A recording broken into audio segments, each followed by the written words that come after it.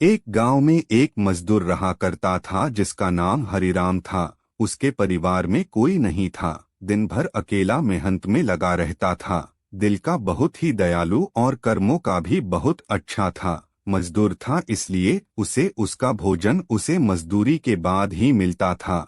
आगे पीछे कोई ना था इसलिए वो इस आजीविका से संतुष्ट था। एक बार उसे एक छोटा सा बछड़ा मिल गया। उसने खुशी से उसे पाल लिया। उसने सोचा आज तक वो अकेला था, अब वो इस बछड़े को अपने बेटे के जैसे पालेगा।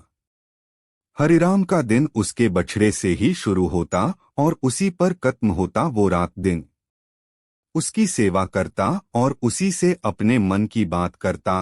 कुछ समय बाद बछड़ा बैल बन गया। उसकी जो सेवा हरिराम ने की थी उससे वो बहुत ही सुंदर और बलशाली बन गया था। गांव के सभी लोग हरिराम के बैल की ही बातें किया करते थे। किसानों के गांव में बैल की भरमार थी, पर हरिराम का बैल उन सबसे अलग था। दूर दूर से लोग उसे देखने आते थे। हर कोई हरिराम के बैल के बारे में बातें कर रहा था।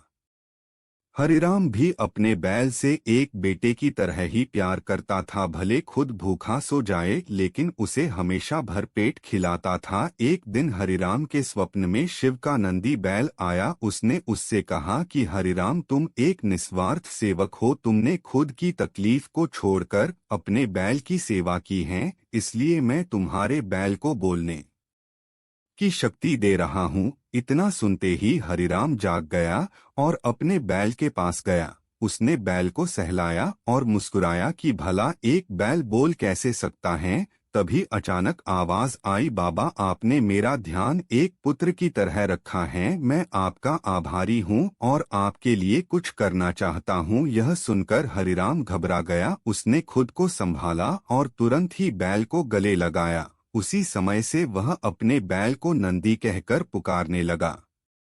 दिन भर काम करके आता और नंदी से बातें करता।